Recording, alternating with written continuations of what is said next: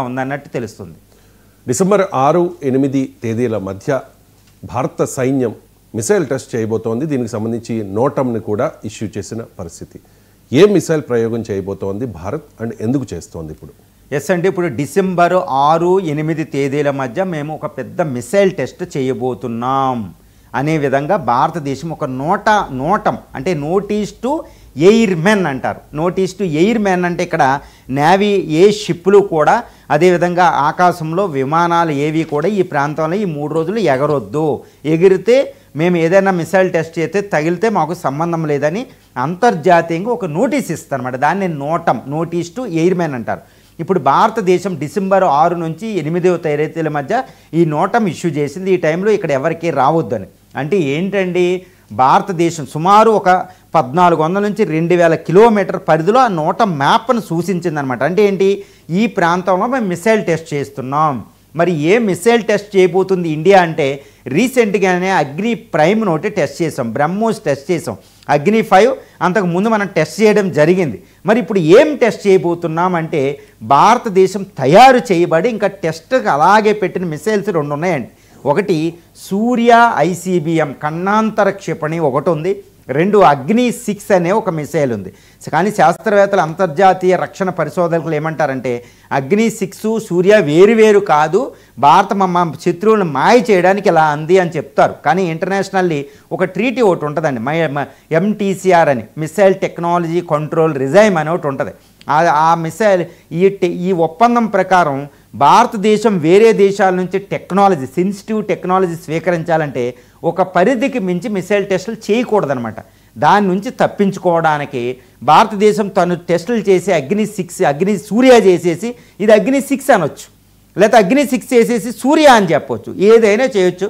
కానీ ఇప్పుడు సూర్య missile test భారతదేశం చెయ్యబోతుంది అనేది మనం ఊహించుకోవచ్చు. ఎందుకంటే అంతర్జాతీయ పరిస్థితులు ఎలా ఉన్నాయంటే, అటు యునైటెడ్ స్టేట్స్ ఆఫ్ అమెరికా మన మీద గంగేర్లు ఎత్తినట్టు మాట్లాడడం, అదేవిధంగా చైనా థ్రెట్ అనేది చాలా డేంజరస్ ఉండడం, ఇప్పుడు చైనా పాకిస్తాన్ నుంచి మనకి థ్రెట్ పొంచుంది.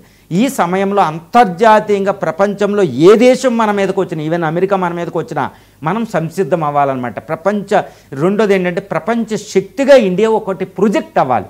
కాబట్టి ఇండియా అగ్ని 6 కానీ లేదా సూర్య మిసైల్ని టెస్ట్ చేసే అవకాశం మనకు ఉందనుకోవచ్చు. కానీ నా అంచనా ప్రకారం, as far as my mind is concern, as far as my estimation, my analysis is concern, India is going to test the Surya ICBM అంటే, ఈ సూర్య ICBM అంటే 27 మ్యాక్ స్పీడ్ అనమాట. ధ్వని వేగం కంటే 27 రెట్లు, అంటే గంటకి 33,000 కిలోమీటర్ల వేగంతో ఈ మిసైల్ వెళ్తుందండి. ఇది 27 మ్యాక్ అంటే ప్రపంచంలో అత్యంత వేగవంతమైన కన్నాంతర క్షిపణిలో ఒకటిగా నిలబోతుంది. అంటే రష్యా యొక్క ఈ RS-24, RS-28 సాతాన్ మిసైలు, అదేవిధంగా చైనా డాంగ్ ఫెంగ్ అని, నోడాంగ్ అని, అదేవిధంగా ఉత్తర కొరియా, అమెరికా మైన్యూట్ మ్యాను, ఈ క్షిపణులకి ఏమాత్రం తీసిపోని అతిపెద్ద ఘోరమైన కన్నాంతర క్షిపణి సూర్య మిసైల్ అండి. ఈ సూర్య 27 మ్యాక్ స్పీడు, తర్వాత మిరువు టెక్నాలజీతో వెళ్తుంది, హైడ్రోజన్ బాంబుతో వెళ్తుంది, అణుబాంబులతో, అది కూడా 15 వరకే అణుబాంబులు తీసుకెళ్ళి ఆకాశంలోకి వెళ్ళి 15 దిక్కుల్లో 15 టార్గెట్లు కొట్టగలిగిద్ది అనమాట. అంటే ఏంటి, ఒక ఇన్విన్సిబుల్ మిసైల్. దీన్ని అడ్డుకోవడం ఎవరి తరము కాదు, అత్యంత వేగం కూడా.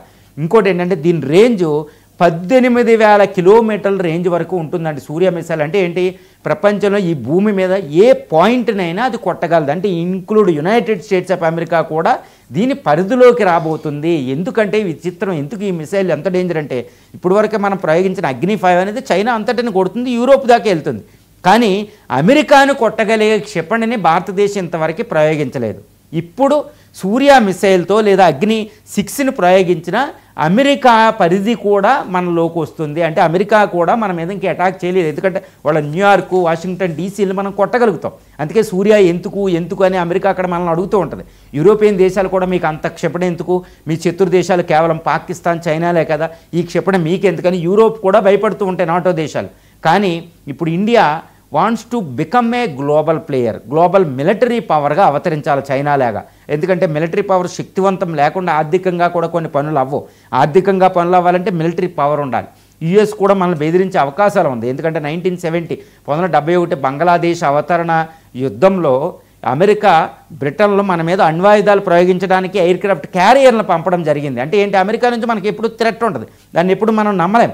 కాబట్టి అమెరికాని వాషింగ్టన్ డీసీని కూడా కొట్టగలిగే క్షిపణి సూర్య మిసైల్ అండి. ఈ క్షిపణి మనకు ఉంటే ఏంటంటే ఇంకో అడ్వాంటేజ్ ఏంటంటే చైనాని ఇప్పుడు చెన్నై కన్యాకుమారి దగ్గర కూడా ఈ మిసైల్ ప్రయోగిస్తే చైనా అంతా దీని పరిధిలోకి వస్తుంది. ఇప్పుడున్న మిసైల్స్ ఏం చేయాలి, చైనా బార్డర్ దగ్గరికి వెళ్ళి ప్రయోగించవలసి వస్తుంది, అది కష్టం. అందుకని ఈ అగ్ని గ్లోబల్ రీచ్ ఉన్న అతిపెద్ద, అంటే భూమి మీద ఏ ప్రాంతాన్నైనా కొట్టగలిగే సూర్య మిసైల్ని భారతదేశం ప్రయోగించబోతుంది. లేదా అగ్ని 6ని ప్రయోగించిన 12,000 కిలోమీటర్ల పరిధి ఉంటుంది, అది కూడా మ్యాక్ 24 స్పీడ్ వస్తుంది. కాబట్టి డిసెంబర్ 6, 7, 8 తేదీల్లో భారతదేశం ప్రపంచానికి ఒక పెద్ద షాక్ అనేది ఇవ్వబోతుంది సూర్య మిసైల్ ద్వారా. ఇప్పటి వరకే ఉన్న మనకే సమాచారం ప్రకారం మన DRDO defence research and development organisation ఇంకా కొన్ని సంయుక్తంగా ఈ సూర్య మిసైల్ కూడా డెవలప్మెంట్ అయిపోయింది. అది కూడా ఇస్రో ఉపయోగించే ఈ PSLV satellite launch vehicle, GSLV satellite launch vehicle technology దీనికి వాడతారనమాట. ఎందుకంటే శాటిలైట్ అంటే స్పేస్లోకి వెళుతుంది, కానీ మిసైల్ అంటే స్పేస్లోకి వెళ్ళి మళ్ళీ భూమి మీద టార్గెట్ పెట్టుకుని వస్తుందన్నమాట. అదే మిసైల్కి శాటిలైట్. కాబట్టి ఆ GSLV మనం ప్రయోగిస్తున్నాం, PSLV సక్సెస్ అవుతుంది ఇస్రో ద్వారా. కాబట్టి అదే టెక్నాలజీ, కాబట్టి ఇంకా మన టెక్నాలజీ కొరత లేదు. ఇప్పటికే మిరువు అగ్ని 5లో ప్రయోగించాం.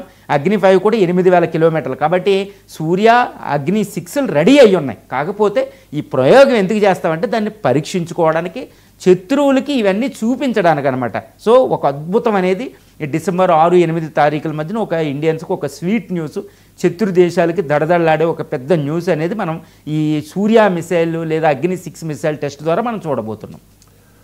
ఎంజీరావు గారు,